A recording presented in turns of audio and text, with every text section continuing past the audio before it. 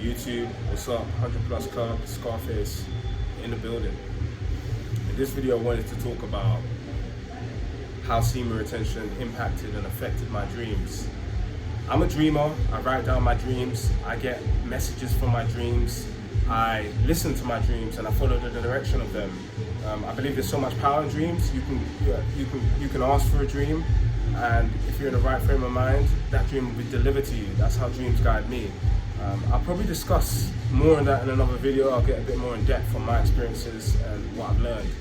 But in this video, I want to talk about how semen retention specifically affected the content of my dreams. So of course, when you're practicing semen retention, you're trying to refrain from releasing in the real world. You were trying to refrain from releasing to porn, you were trying to refrain from women, you were trying to refrain from releasing to sex, whichever mode and method you choose. So, a lot of people have wet dreams, and wet dreams are essentially, there's different types of wet dreams.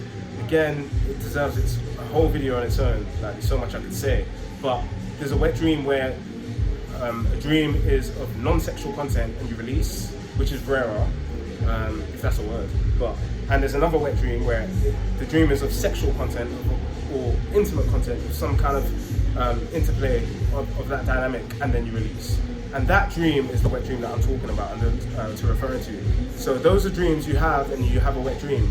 So the way semen retention affected my dreams, because my conscious mind I'm not releasing in my conscious, so that affects your unconscious and your subconscious.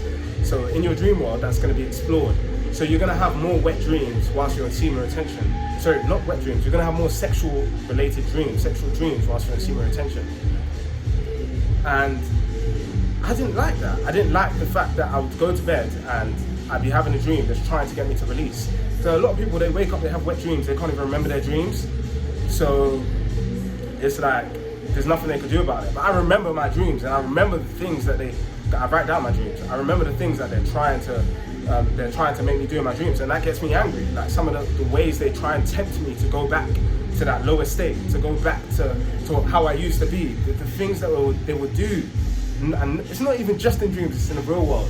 It's like things are always constantly trying to get you back into the thing you've left behind. So you have to eliminate it. So yeah, the way it's affecting my dreams is like I'm battling in my dreams now. I'm battling the sexual dreams. I'm battling these urges and desires that are trying to express themselves in my dreams. So it's like you're fighting demons. That's how it literally feels. You're fighting demons. So I'll be fighting demons in my dreams. Girls will be trying to drain me. There's only a few dreams that I've had where in fact, only one dream I've had where I've been the aggressor.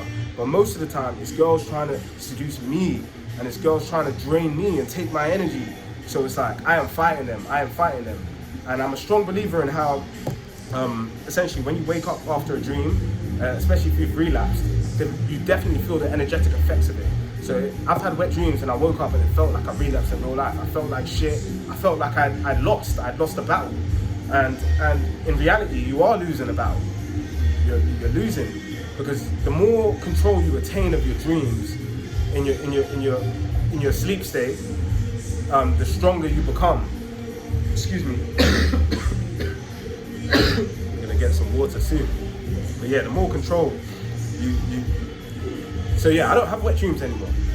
Excuse me, that really threw me off center a little bit. But yeah, I don't have wet dreams anymore, because I've attained so much control in my dream state. It's like nothing can happen, and it's like just becoming more conscious. So yeah, that's definitely the way semen retention affected my dreams. I don't really have sexual dreams of that nature anymore, because they've tried all they could, guys. I'm talking about, I don't want to get into the content of my dreams, but they've tried everything they could to get me back to that lower state in the dream. And I defeated it each and every time. I practiced a Taoist technique called the big draw many times when I felt semen trying to come out of my body, but I essentially drew it back in. And then that's when you can have a retrograde ejaculation. Sometimes you'll piss it out, but oftentimes, more often than not, when that happened to me, I'd completely diffuse the wet dream, and that's how you diffuse a wet dream. But yeah, semen retention definitely affects your dreams, because you're gonna be having more wet dreams, you're gonna be having more sexual dreams, and your goal should be to be able to effectively control that. So lucid dreaming, if you will, but you shouldn't allow yourself to release in dreams. That's why a wet dream is a loss, in a sense. It's definitely a different type of loss, but it's a loss. Let me know if you'd like more discourse on this. I've got so much to say about this topic. I could talk for hours.